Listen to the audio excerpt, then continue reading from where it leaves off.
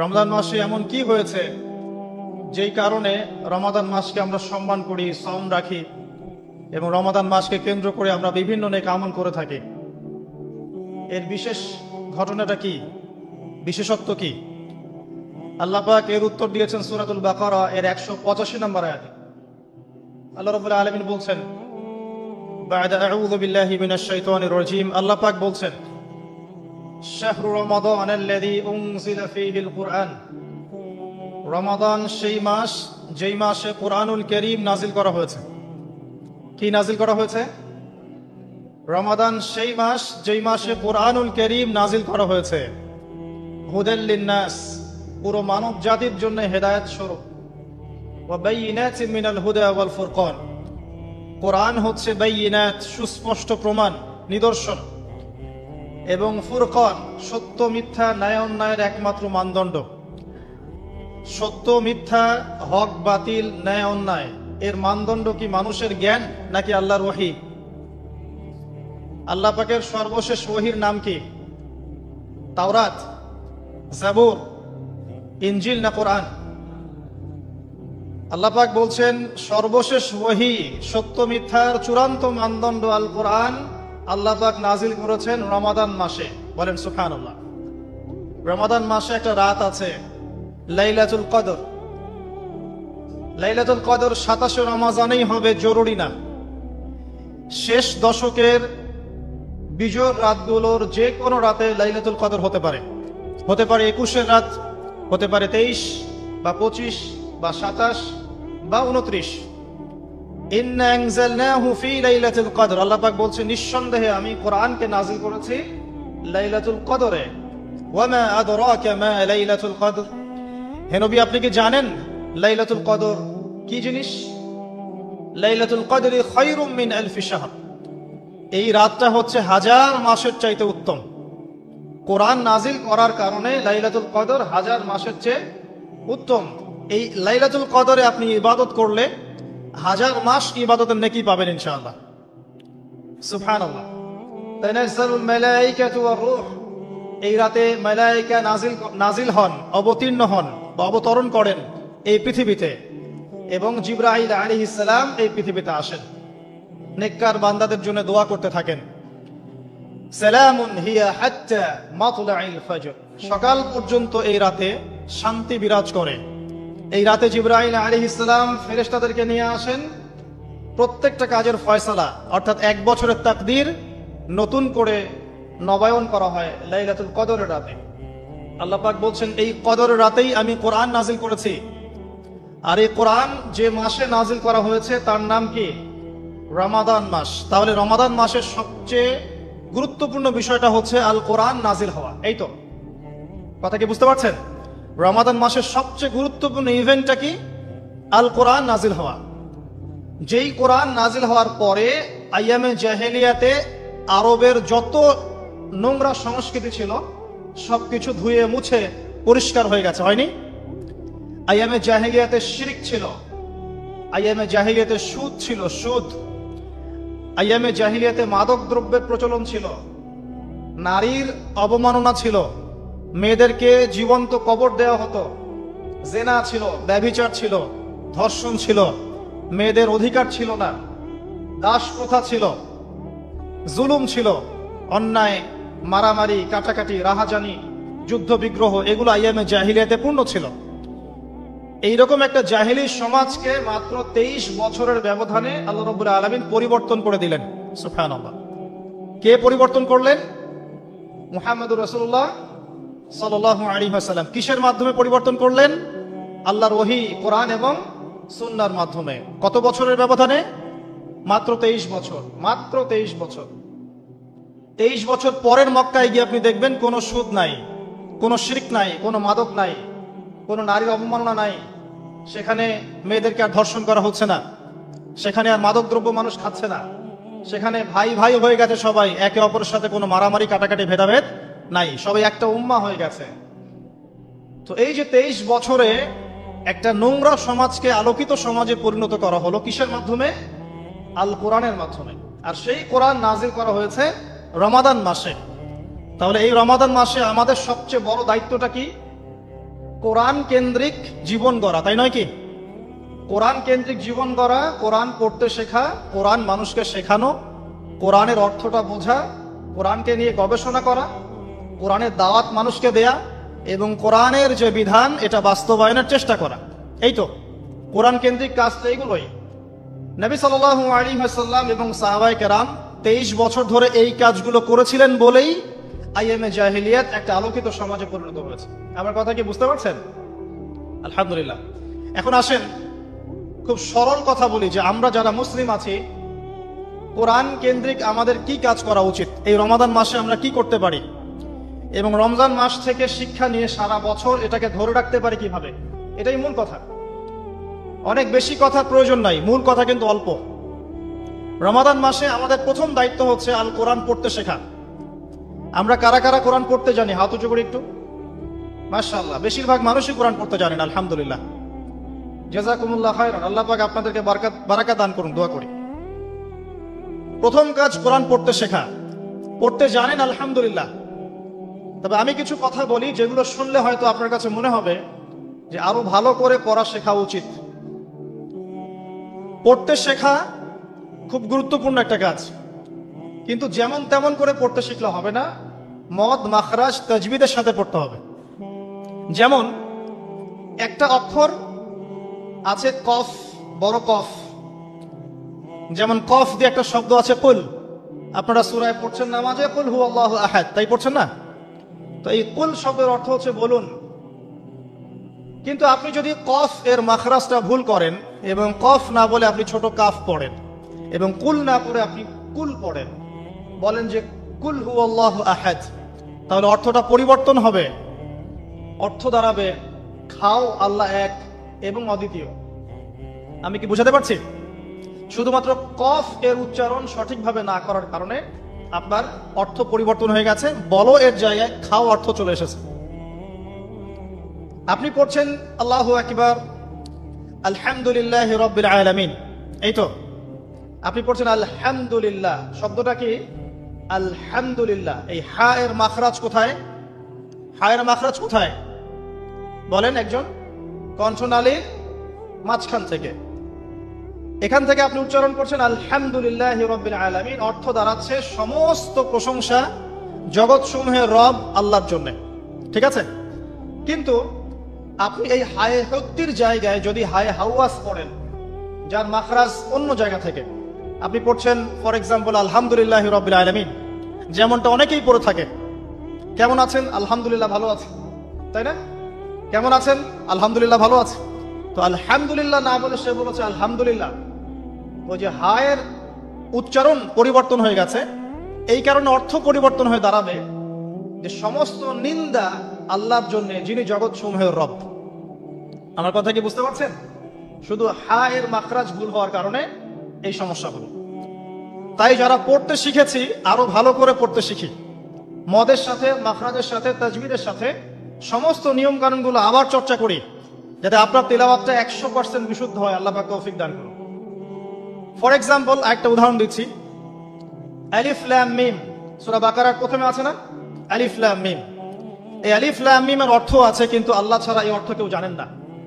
এর অর্থ আমরা করতে পারবো না, কিন্তু অর্থ আছে। যালিকাল কিতাব লা রাইবা ফিহ, এটা এমন একটা কিতাব যে কিতাবের মধ্যে কোনো সন্দেহ নাই, কোনো সন্দেহ নাই। এই যে নাই এর অর্থটা হচ্ছে লা মানে নাই, লা রাইবা কোনো সন্দেহ নাই। রাইব মানে সন্দেহ, লা মানে না, লা রাইবা কোনো সন্দেহ নাই, ফিহি এর মধ্যে মানে এই কিতাবের মধ্যে। এখানে লায়ের উপর কি মদ আছে? লায়ের উপরে কি মদ আছে না? লাকে টানতে হবে না? কি বলেন? লাকে টানতে হবে না?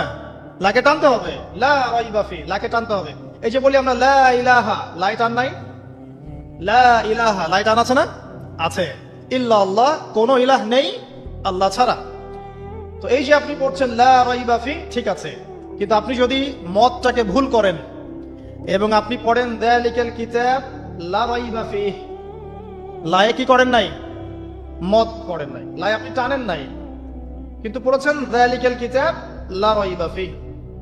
অর্থ কি হবে? অর্থ হবে এটা এমন একটা কিতাব যে কিতাবে অবশ্যই সন্দেহ আছে। আমি মনে হয় বুঝাতে পারছি না।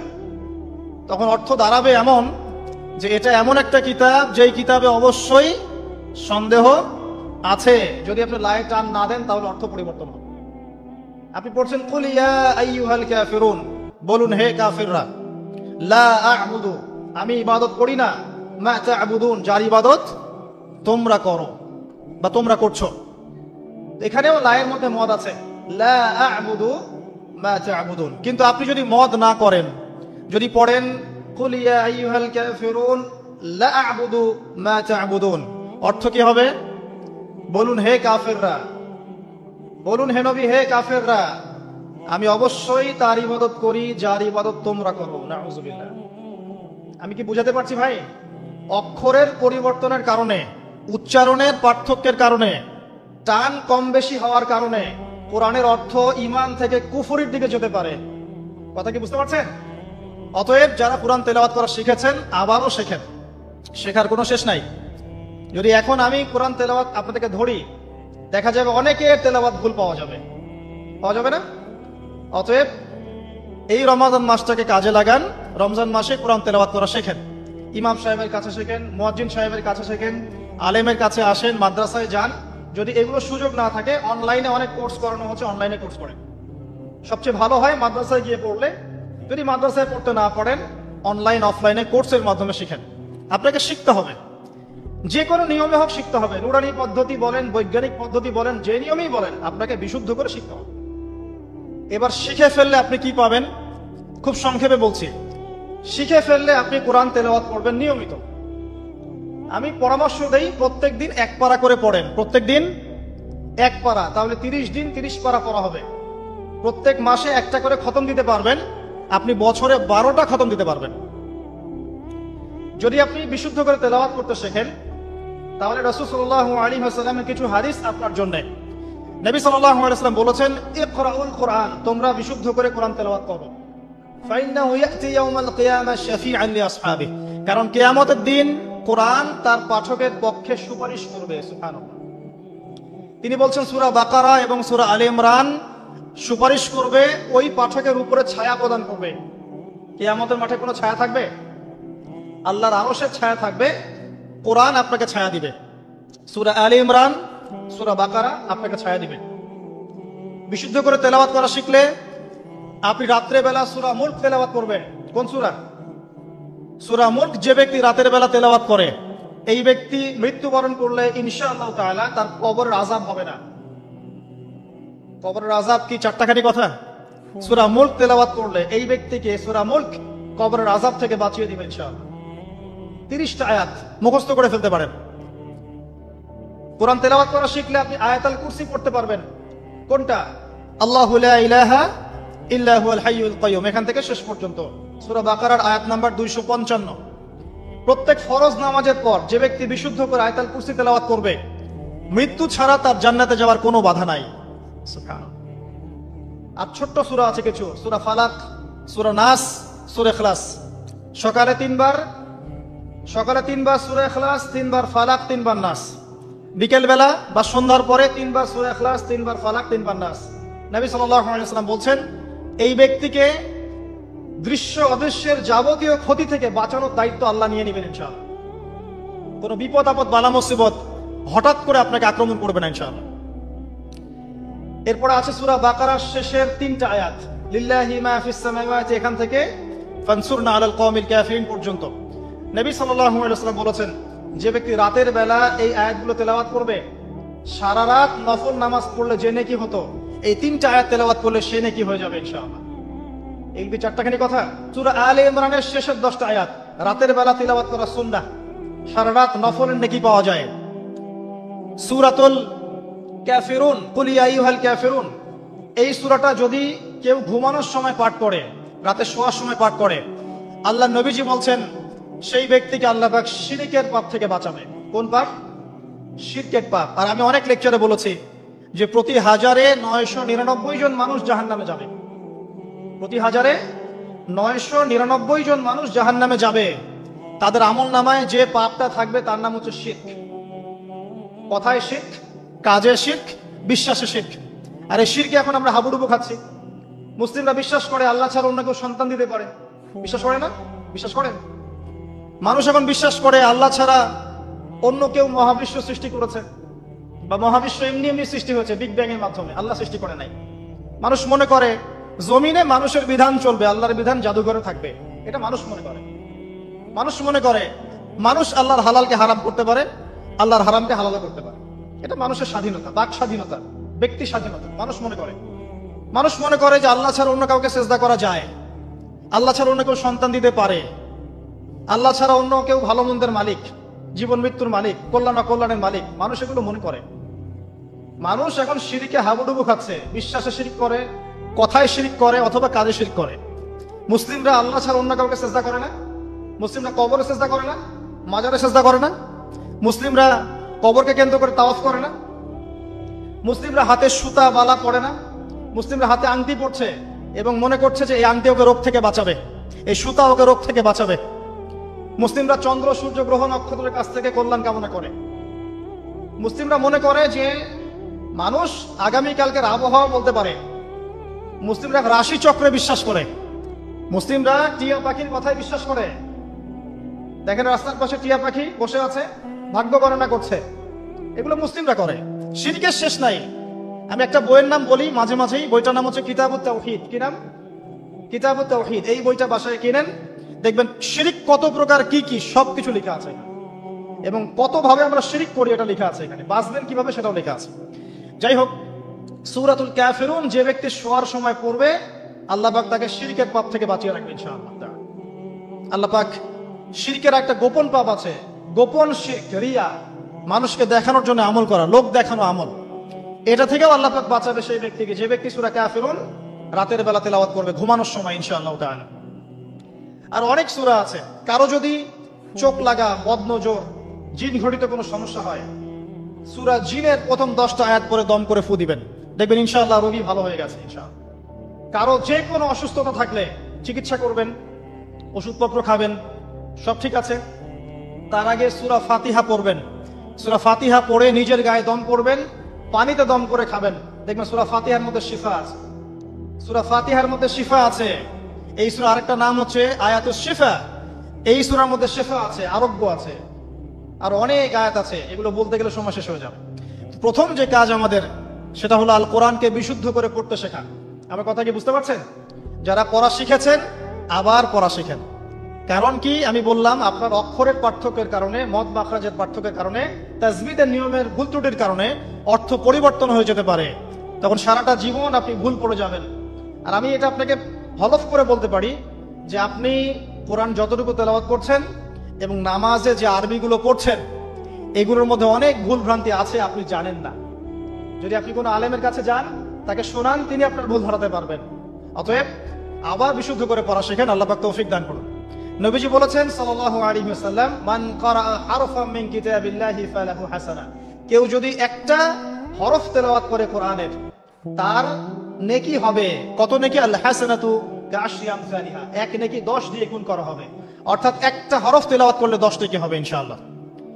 আলিফ লাম মিম পড়লে 10 নেকি হয় না, আলিফ লাম মিম পড়লে 30 নেকি হয়। কারণ আলিফ একটা হরফ, লাম একটা হরফ, মিম একটা হরফ। আপনি কি জানেন কোরআনে কতগুলো হরফ আছে? আল কোরআনে 600টা পৃষ্ঠা আছে। কত পৃষ্ঠা? এটা হাফেজি কোরআনে 600 পৃষ্ঠা থাকে। প্রত্যেক 20 পৃষ্ঠায় একটা করে পারা শেষ হয়। প্রত্যেকটা পৃষ্ঠার মধ্যে 15টা করে লাইন থাকে। কয়টা লাইন থাকে? 15টা লাইন থাকে। প্রত্যেকটা লাইনের মধ্যে 9টা করে গড়ে শব্দ থাকে। গড়ে 9টা করে শব্দ থাকে। এক পৃষ্ঠায় দেখবেন 134 বা 135টা শব্দ থাকবে। এখন 600কে আপনি 135 দিয়ে গুণ করলে দেখবেন আল কোরআনে 77,800টা শব্দ আছে। 77,800টা শব্দ আছে, মানে প্রায় 78,000 শব্দ আছে। এটা হলো শব্দের কথা বললাম। এই শব্দগুলো সব নতুন শব্দ নয়, এগুলো বের হয়েছে মাত্র 4 থেকে 4,500 শব্দ থেকে। মাত্র 4 থেকে 4,500 শব্দ থেকে। এই শব্দগুলো আবার 3 ভাগে ভাগ করা যায়। এক ভাগ হচ্ছে নাউন্স। নাউন্স তো বোঝেন, বিশেষ্য, যেগুলোকে আমরা ইসম বলি। যেমন আল্লাহ, মুহাম্মদ, জিবরিল, মিকাইল, ইব্রাহিম, ইসমাইল, এগুলো নাউন মানে বিশেষ্য। একগুলো আছে ফেল বা ক্রিয়াপদ, যেমন না'বুদু, নাস্তাইন, নাতরুকু, ইয়ামালুন, ইয়াফআলুন ইত্যাদি। অনেকগুলো আছে ফেল, মানে ক্রিয়া। এই ফেলগুলোই মূল জিনিস, এগুলো ভার্বস। এগুলো দুই ভাগে ভাগ করা যায়, ফেলে মাজি এবং ফেলে মুদারি, অতীতকাল এবং বর্তমান ভবিষ্যৎকাল। আরেকগুলো আছে হরফ বা অব্যয়, এগুলোকে আমরা ইংরেজিতে বলি প্রোনাউন্স বা প্রিপজিশন বা কনজাংশন, ইন্টারজেকশন। এগুলো সবকিছু মিলেই হরফ।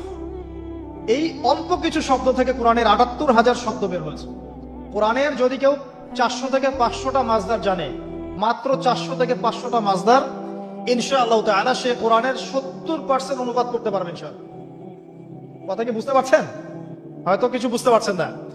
মাত্র ৪০০ থেকে ৫০০টা মাজদার, মূল ওয়ার্ড, রুট ওয়ার্ড কেউ যদি জানে, এবং এই একটা শব্দ থেকে অনেকগুলো শব্দ তৈরি করার ট্রান্সফরমেশন পদ্ধতি আছে, একটা আরবি ব্যাকরণ একটা পদ্ধতি আছে, যে একটা শব্দ থেকে আপনি অনেকগুলো শব্দ তৈরি করতে পারবেন। আরবিতে এরকম পদ্ধতি আছে।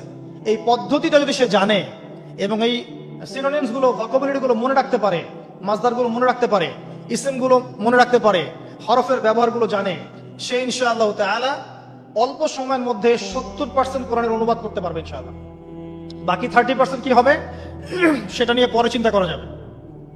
আমি একটা ছোট্ট উদাহরণ দিচ্ছি। সূরা ফাতিহা, এখানে কম বেশি 18 থেকে 20টা শব্দ আছে, ঠিক আছে? আলহামদুলিল্লাহি রব আলামিন, রহমান রহিম, মালিক ইয়াউমদ্দিন, শব্দগুলো আছে। হয়তো সব মিলিয়ে হবে 18 থেকে 20টা শব্দ। সূরা ফাতিহার এই শব্দগুলো কোরআনে রিপিট করা হয়েছে ৭৮০০ বার। কতবার? ৭৮০০ বার। মানে সূরা ফাতিহার অর্থ যে জানে, সে কোরআনের ৭৮০০টা শব্দের অর্থ জানে। আল্লাহ পাক এই জন্যই বলেছেন, ওয়ালাকাদ ইয়াসসারনাল কুরআনা লিযিকরি ফাহাল মিন মুদ্দাকির। আমি কোরআনকে বোঝার জন্য সহজ করে দিয়েছি, উপদেশ গ্রহণের জন্য সহজ করে দিয়েছি। ফাহাল মিন মুদ্দাকির, কেউ কি আছো উপদেশ গ্রহণকারী? কোরআন বোঝা সহজ। হাদিস শাস্ত্র কঠিন, হাদিস শাস্ত্রের মধ্যে অনেক কঠিন শব্দ থাকে, অনেক উঁচু স্তরের ব্যাকরণ থাকে। কোরআন সত্যি বোঝা সহজ। শুধু প্রয়োজন আপনার পরিশ্রম, আপনার লেগে থাকা, আপনার দোয়া, আপনার অধ্যবসায় এবং আলেম উলামার কাছে যাওয়া আসা করা এবং ধারাবাহিকতা বজায় রাখা। ইনশাআল্লাহ 2টা বছর সময় দেন, দেখবেন ইনশাআল্লাহ তাআলা আপনি আল কোরআনের মিনিমাম 60 থেকে 70% বুঝতে পারছেন। আমি কিন্তু বলছি না যে আপনি মুফতি হয়ে যাবেন, মুহাদ্দিস হয়ে যাবেন, মুফাসসির হয়ে যাবেন, এটা বলছি না। কিন্তু আপনি কেউ কোরআন তেলাওয়াত করলে আপনি তার অর্থটা বুঝতে পারবেন। আসুন কোরআনকে সময় দিন। রমাদান মাসে প্রথমে তেলাওয়াত করা শিখুন। প্রত্যেক হরফে 10টা করে নেকি পাবেন। এই যে বললাম ৭৮,০০০ শব্দ, তাহলে অক্ষর কত লাখ আছে আপনি চিন্তা করেন। এখন বিশুদ্ধ করে তেলাওয়াত করা শিখলে যদি আপনি রমাদান মাসে এক খতম দেন কোরআন, এমনিই তো খতম দিলে আপনার প্রত্যেক হরফে 10 নেকি হবে, আর রমাদান মাসে খতম দিলে 70 থেকে 700 গুণ বাড়িয়ে দেওয়া হবে। তাহলে একটা খতম দিলে আপনার আমল নামায় কত কোটি নেকি লেখা হবে, এটা আপনি চিন্তা করেন। তাই রমাজানে যারা কোরআনকে সময় দিতে পারেনি এখনো, আমি বলবো তাদের চেয়ে হতভাগা আর কেউ নাই। তাদের চেয়ে হতভাগা মানুষ এই পৃথিবীতে কেউ নাই। আর তার জন্য আফসোস, যে ব্যক্তির বয়স হয়ে গেছে, বার্ধক্যে চলে গেছে, কিন্তু কোরআন বিশুদ্ধ করে তেলাওয়াত করার সৌভাগ্য হয়ে ওঠে নাই। আল্লাহ পাক আমাদের সবাইকে কোরআন তেলাওয়াত করার তৌফিক দান করুন, আমিন। প্রত্যেক মাসে একটা করে খতম দেওয়ার তৌফিক দান করুন, প্রত্যেক দিন এক পারা করে পড়ার তৌফিক দান করুন, এবং কোরআন অর্থ বোঝার তৌফিক দান করুন, আমিন।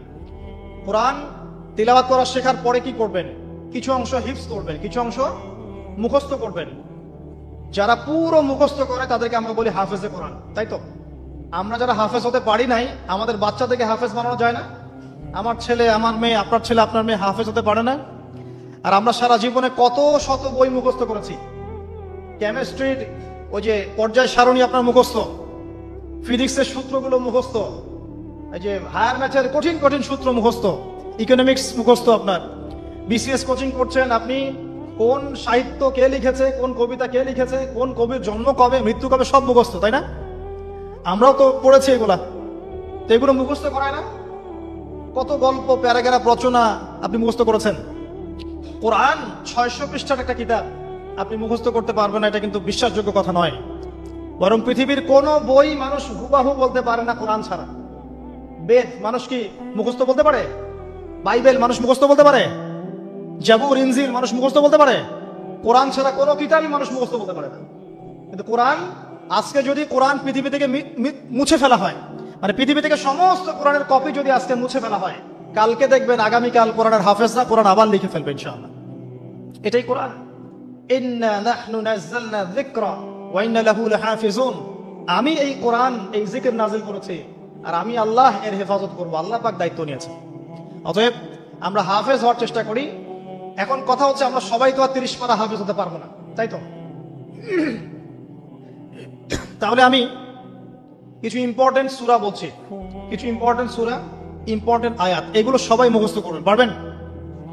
1 নম্বর সূরা ফাতিহা, 2 নম্বর সূরা বাকারার প্রথম 5টা আয়াত, এরপর সূরা বাকারার 255 নম্বর আয়াত আয়াতুল কুরসি, এরপর সূরা বাকারার শেষের 3টা আয়াত, এরপর সূরা আলে ইমরান শেষের 10 আয়াত, এরপর সূরা কাহফ প্রথম 10 শেষ 10, এরপর সূরা জিন প্রথম 10, এরপর সূরা মুমিনুন শেষের আয়াতগুলো, শেষের 10টা আয়াতের মতো, সূরা ফুরকান শেষের কিছু আয়াত, সূরা ফালাক, সূরা নাস, সূরা ইখলাস, সূরা কাফিরুন, এগুলো পড়া যাবে না?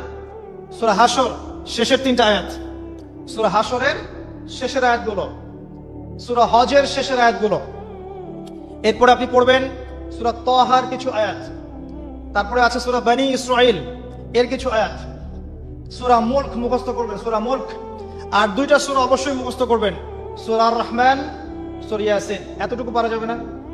খুব বেশি পড়া দিলাম? আচ্ছা, এই রমজানে না পারি, এই রমজান থেকে আগামী রমজান আসা পর্যন্ত পারা যাবে না? পারা যাবে ইনশাআল্লাহ তাআলা। আল্লাহ পাক আমাদের সবাইকে কোরআনের মিনিমাম 1 পারা হিফজ করার তৌফিক দান করুন, আমিন। আর আমাদের বাচ্চাদেরকে আল্লাহ পাক কোরআনের হাফেজ হিসেবে কবুল করুন, বড় আলেম হিসেবে কবুল করুন, আল্লাহর দ্বীনের বড় দায়ী এবং মুজাহিদ হিসেবে কবুল করুন, আমিন। এরপর কি কাজ? কোরআনের অর্থ বুঝতে হবে।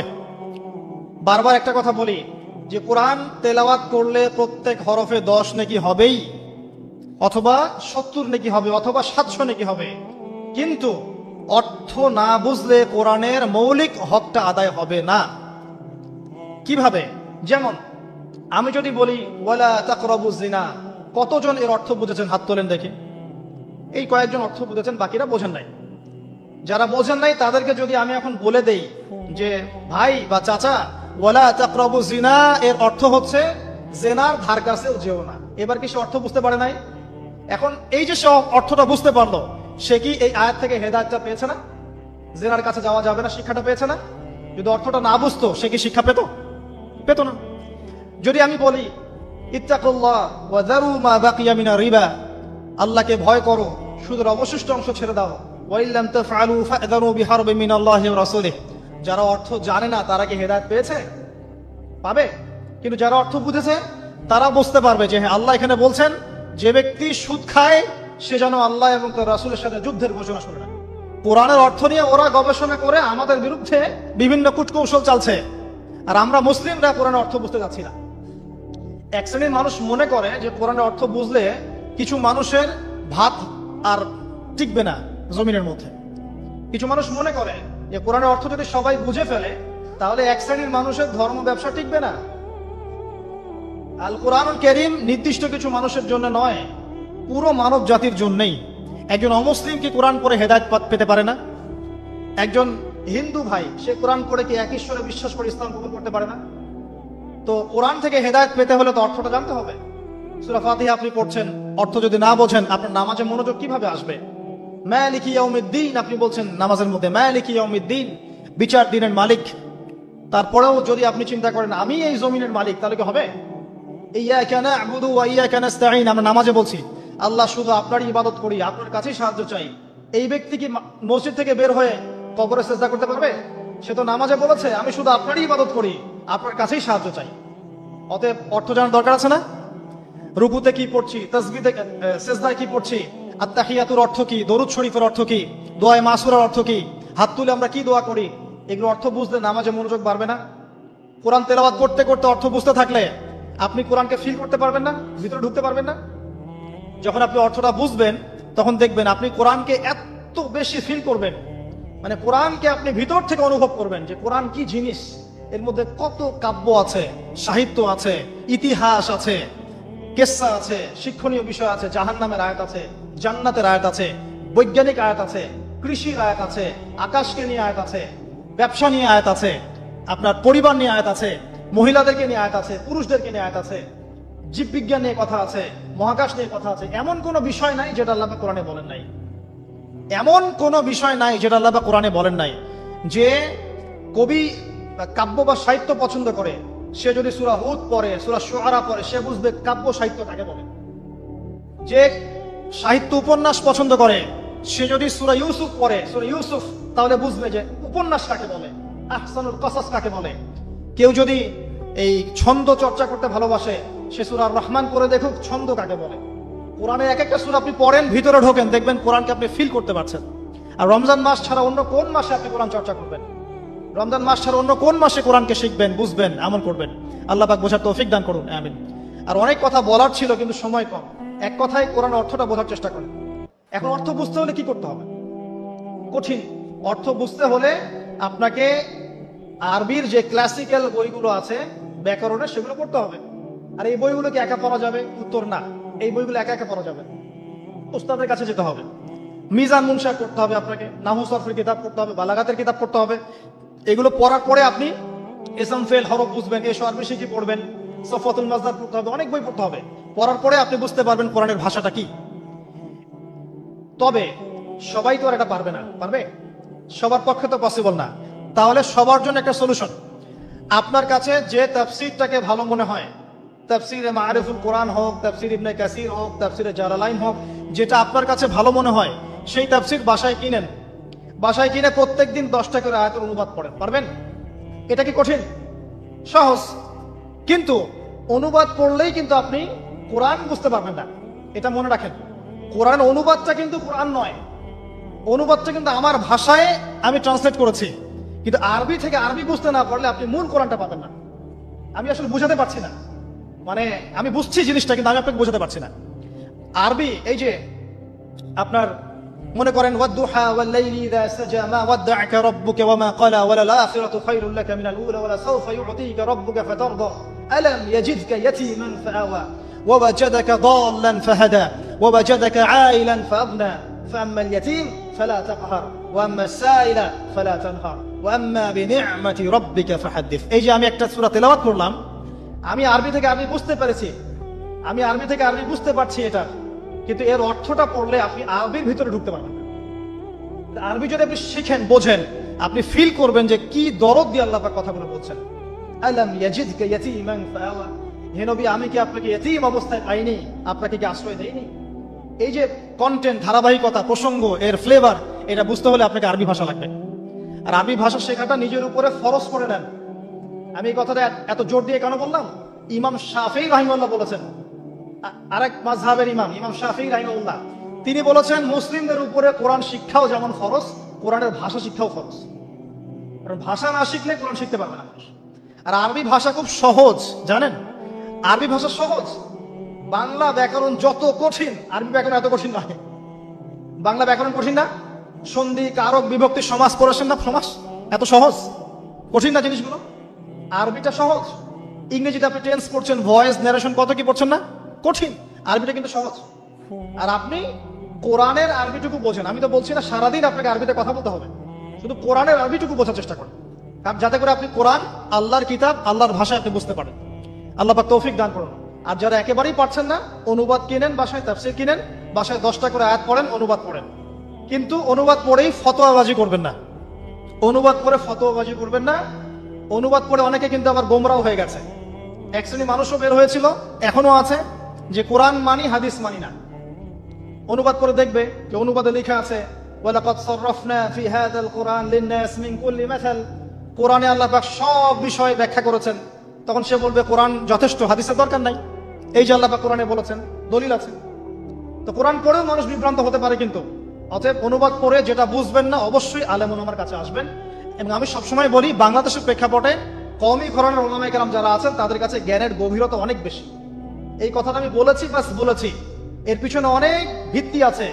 আমি যাচাই বাছাই করে, গবেষণা করে, অভিজ্ঞতার আলোকে কথাটা বলেছি। হুট করে আপনার বুঝে নাও আসতে পারে, কিন্তু কওমি ঘরানার ওলামায়ে কেরাম যারা আছেন তাদের মাঝে কিছু কিছু বিষয় ত্রুটি বিচ্যুতি থাকতে পারে, কিন্তু উসুলের জ্ঞান, আরবি ভাষার জ্ঞান, তাফসীরের জ্ঞান, হাদিসের জ্ঞান, এমনকি মারেফত, এই বিষয়গুলো তাদের মধ্যে অনেক বেশি আছে। এই জন্য আমি তাদের কথা বলি গর্বের সাথে যে আলহামদুলিল্লাহ বাংলাদেশে আল্লাহ পাক এই শ্রেণীর ওলামায়ে কেরামকে দিয়ে ধন্য করেছেন। তাদের কাছে যান, তাদের কাছে গিয়ে পড়াশোনা শেখেন, সোহবতে যান, যেটা বুঝবেন না আপনি জিজ্ঞাসা করবেন, নিজে ফতোয়া দেওয়ার চেষ্টা করবেন না। আল্লাহ পাক বোঝার তৌফিক দান করুন, আমিন। আমি শেষ করছি আর 10 মিনিটের মধ্যে ইনশাআল্লাহ। তো 3টা কাজ আমরা শিখলাম। রমজান মাস কোরআন নাজিলের মাস, এই মাসে কোরআন শিখতে হবে 1 নাম্বার। যারা তেলাওয়াত করতে জানি না অবশ্যই তেলাওয়াত করা শিখবো, যারা জানি আবারও শিখবো ইনশাআল্লাহ। 2 নাম্বার, আমাদেরকে অবশ্যই কিছু অংশ মুখস্থ করতে হবে। যদি পুরো অংশ মুখস্থ করতে নাও পারি, কিছু কিছু সূরা আয়াত বলেছে এগুলো মুখস্থ করবেন ইনশাআল্লাহ তাআলা। 3 নাম্বার, অবশ্যই কোরআনের অর্থ বোঝার চেষ্টা করবেন, আরবি ভাষা শিখবেন, না পারলে তাফসীর কিনে পড়বেন, উলামায়ে কেরামের কাছে গিয়ে জিজ্ঞাসা করে জেনে নেবেন।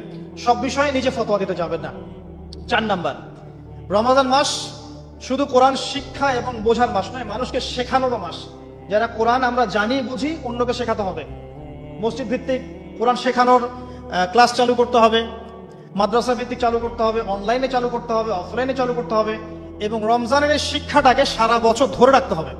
সারা বছর কোরআনের কোর্সগুলো যেন চালু থাকে, মসজিদে, মাদ্রাসায়, আমাদের এলাকা ভিত্তিক বা অনলাইনে অফলাইনে কোরআনের কোর্স যেন চালু থাকে। তাহলে কি হবে, সারাটা জীবন, সারাটা বছর কোরআন কেন্দ্রিক সময় কাটাতে পারবেন ইনশাআল্লাহ তাআলা। আপনি বিশ্বাস করেন, কোরআন আপনার সবচেয়ে সেরা বন্ধু হবে ইনশাআল্লাহ। আপনি কোরআন নিয়মিত তেলাওয়াত করেন, একদিন যদি তেলাওয়াত না করেন, ওই দিন মনের মধ্যে আপনার অস্থিরতা তৈরি হবে। খেয়াল করে দেখবেন, মনটা আপনার অস্থির হয়ে যাবে, মনে হবে কি জানি আপনি আজকে করেন নাই। কোরআন আপনার মনের দরজায় এসে কোরআন আনবে, আজকে আমাকে পড়ো নাই, আজকে আমাকে পড়ো নাই। এমনও মানুষ আছে, আমার পরিবারের মধ্যেও আছে আলহামদুলিল্লাহ, যে কোরআন পড়তে বসলে একাধারে 3, 4, 5, 6 পারা পড়ে শেষ করে দেবে। এমন আছে, আজকে কয় পারা পড়েছো, আজকে 4 পারা পড়া শেষ আলহামদুলিল্লাহ। যারা পড়ার ভিতরে ঢুকে যায়, পড়ার ভিতরে ঢুকে গেছে, অর্থ বুঝছে, দেখবেন তার খাবার ঠিক নাই, ঘুমের ঠিক নাই, তার পেশাব পায়খানা ঠিক নেই, সে পড়ছে আর পড়ছে, পড়ছে আর পড়ছে। দেখবেন এই মহব্বত তৈরি হবে তখন, যখন আপনি কোরআনটা বুঝবেন, সময় দিবেন। আমরা নিয়াত করি আল্লাহ পাক আমাদের সবাইকে প্রত্যেকদিন কোরআনকে সময় দেওয়ার তৌফিক দান করুন, আমিন। এবং কোরআন তেলাওয়াত করলে যে নেকি হবে, আল্লাহ পাক আপনার প্রতি রহম করবেন, বরকত দিবেন, আপনার জন্য পরকালে কোরআন সুপারিশ করবে। শুধু তাই না, আপনি শারীরিক মানসিক ভাবে সুস্থ থাকবেন। কোরআন ওয়ানুনাজ্জিলু মিনাল কোরআন মা হুয়া শিফাউন ওয়া রাহমা, কোরআনের মধ্যে আল্লাহ পাক শিফা এবং রহমত নাযিল করেছেন। কোরআনের শিফা আছে, শিফা আরোগ্য আছে। যারা বেশি বেশি কোরআন তেলাওয়াত করে তারা কম অসুস্থ হয়। এবং আরেকটা কথা বলি, এখন আমাদের দুনিয়ার অনেক চাপ না, মাথায় অনেক প্রেশার নিতে হয় না, পারিবারিক চাপ, অফিসের চাপ, ব্যবসার চাপ নিতে হয় না। যে যত বেশি কোরআন তেলাওয়াত করে তার মাথার চাপ নেওয়ার ক্ষমতা তত বেশি হয়। উসমান রাদিয়াল্লাহু আনহুর বাড়ি ঘেরাও করে রেখেছে এক শ্রেণীর মানুষ, যারা তাকে হত্যা করতে চাচ্ছে। তারাও নাকি মুসলিম। তিনি জানেন যে এখন তারা এসে তাকে হত্যা করবে।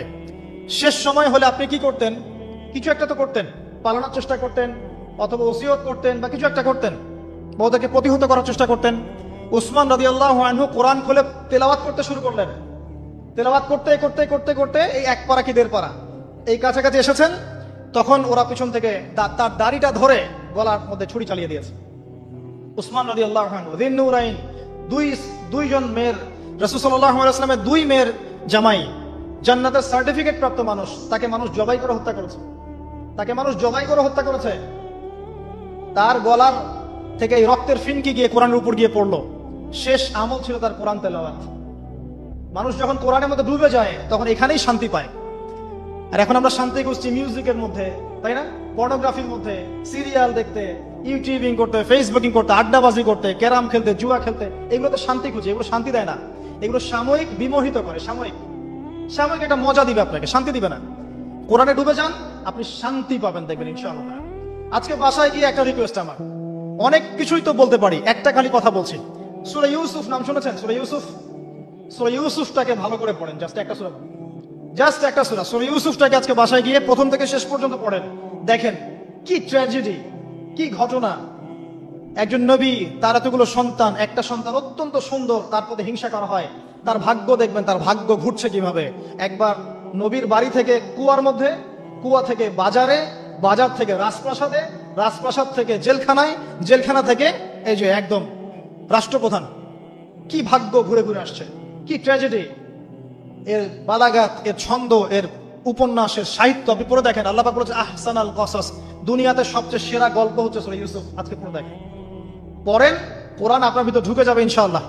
আমার এই নসিহত যার যার কাছে পৌঁছে যাবে, তারা যদি আমার কথা শুনে কোরআনের ভিতর ডুবে যান, আমার লেকচার সার্থক আলহামদুলিল্লাহ। এটাই চাচ্ছি আপনারা কোরআন কেন্দ্রিক সময় দেন। অনেক বড় বড় স্লোগান দিয়ে কোনো লাভ নাই যে আল্লাহর জমিনে আল্লাহর দিন কায়েম করতে হবে ইত্যাদি ইত্যাদি। যতক্ষণ পর্যন্ত প্রত্যেক ঘরে ঘরে কোরআনওয়ালা মানুষ তৈরি না হবে, যতক্ষণ পর্যন্ত আমরা সবাই কোরআনের হকগুলো আদায় না করব এবং কোরআনের আলোকে জীবন না করছি, ততক্ষণ স্লোগান দিয়ে আইওয়াস শোডাউন করে কোনো লাভ নাই। লাভ আছে? প্রত্যেক ঘরে ঘরে কোরআনওয়ালা মানুষ তৈরি করতে হবে। আমি আমার আলোচনা শেষ করছি, আর কয়েকটা কথা বলে শেষ করছি। সেটা হলো যে এই বিষয়গুলোর পাশাপাশি আমাদেরকে কোরআনের আদেশগুলো মেনে চলার চেষ্টা করতে হবে। শুধু জানবো কিন্তু আমল করবো না, এমনটা করলে চলবে না। জানি বুঝি আমলও করতে হবে। কোরআনের আদেশ কেমন? আল্লাহর সাথে শিরক করা যাবে না, তাওহীদে থাকতে হবে, 5 ওয়াক্ত নামাজ পড়তে হবে, আপনার নিসাব পরিমাণ সম্পদ হলে যাকাত দিতে হবে, রমজান মাসে সাওম রাখবেন, সামর্থ্য হলে হজ করবেন, প্রতিবেশীর খোঁজ নিবেন, আত্মীয়তার সম্পর্ক বজায় রাখবেন, পিতামাতার খেদমত করবেন ইত্যাদি। সত্যবাদিতার পরিচয় দিবেন, সবসময় সত্য কথা বলবেন, ন্যায়ের পথে থাকবেন। এই যে কথাগুলো কোরআনে আছে না, এই কথাগুলো কিন্তু আগেকার ধর্মগ্রন্থের মধ্যেও ছিল না? ছিল। তো এগুলো কিন্তু অসাম্প্রদায়িক কথা, এগুলো সাম্প্রদায়িক কোনো কথা নয়।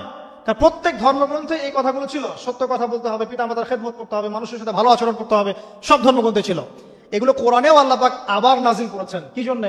যাতে করে আমরা আমল করতে পারি। আল্লাহ পাক আমাদেরকে আমল করার তৌফিক দান করুন। আমিন।